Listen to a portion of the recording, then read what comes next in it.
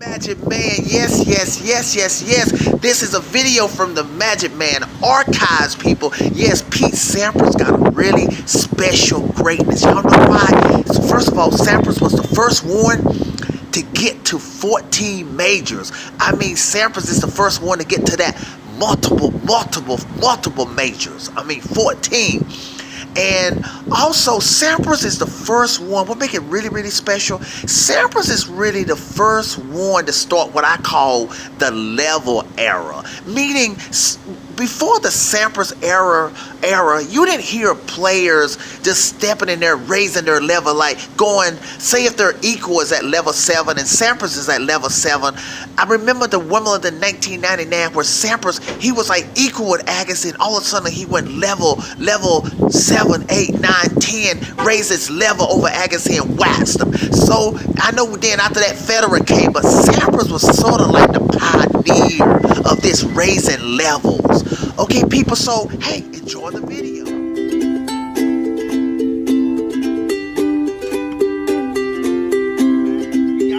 Yeah, of course. Yeah, I'm sure. Yeah, doing great. You know.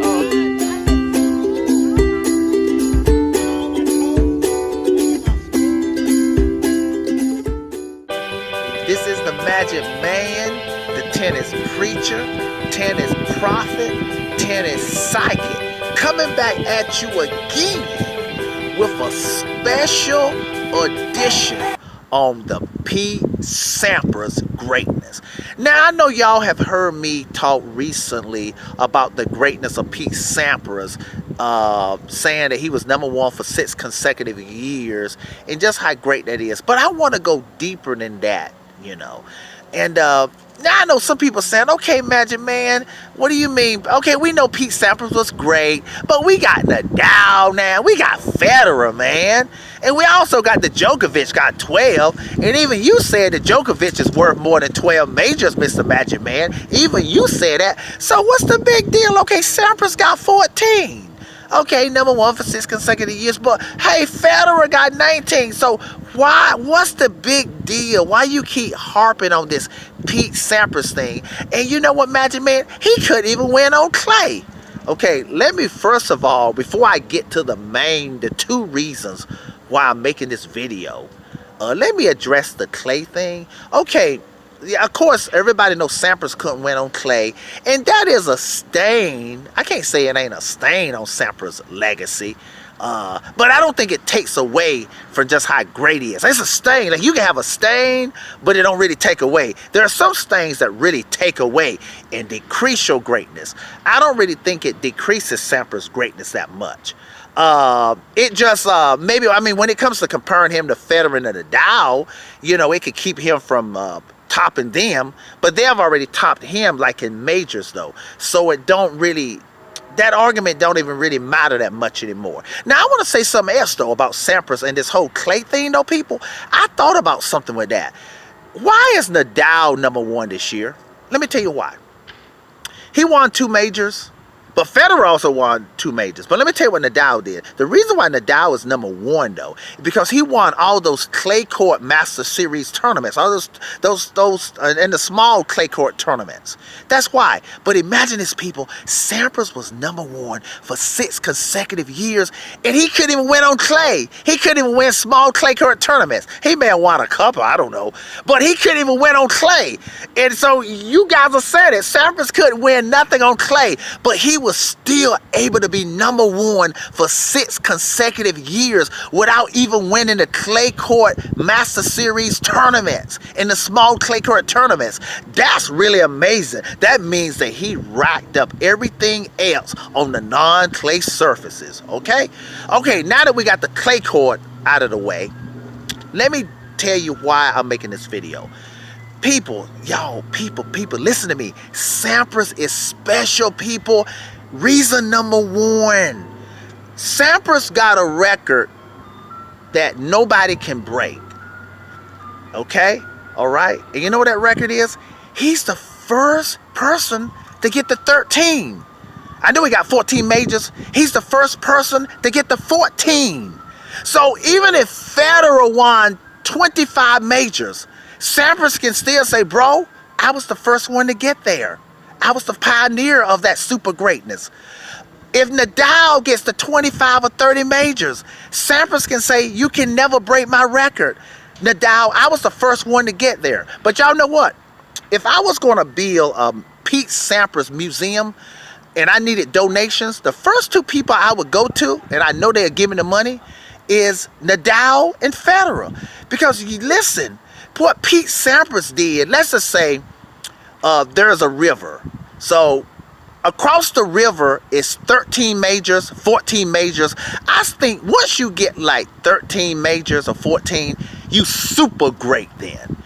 Pete Sampras, he built the bridge and crossed it to super greatness before there was a Federer, before there was a Nadal, before there was a Djokovic. So people, he's special on that alone. Now, what's the second reason? And this is the last reason here.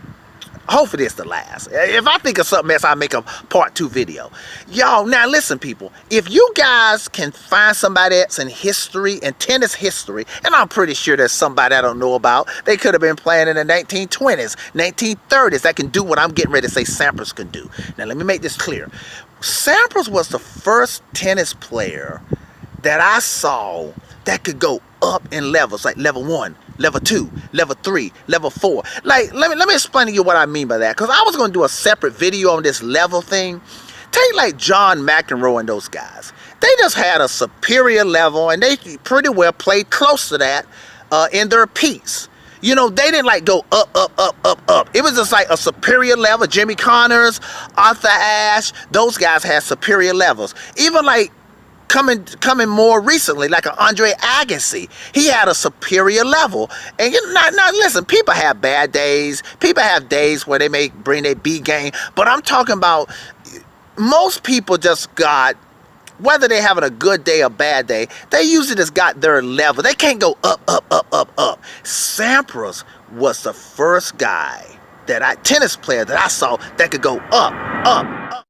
Like I was saying, Sampras was the first tennis player that I saw that he could go like level 1, level 2, level 3, level 4, and then he just topped the guy out.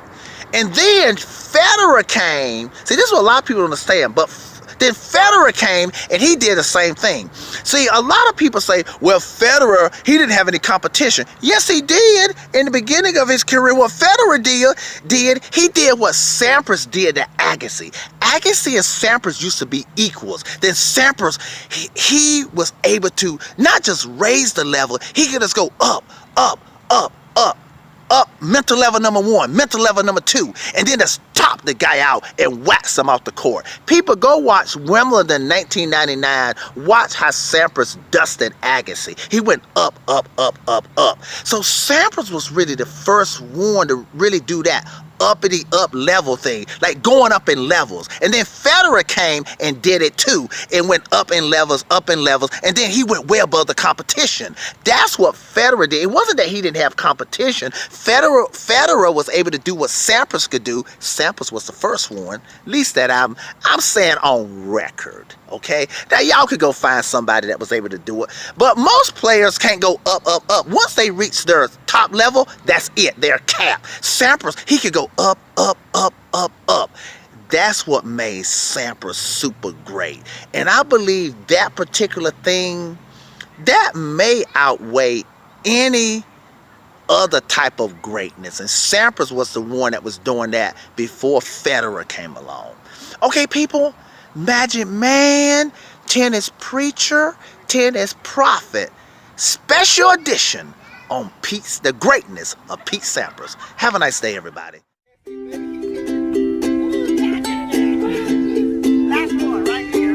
Here we go. Can I dance? What?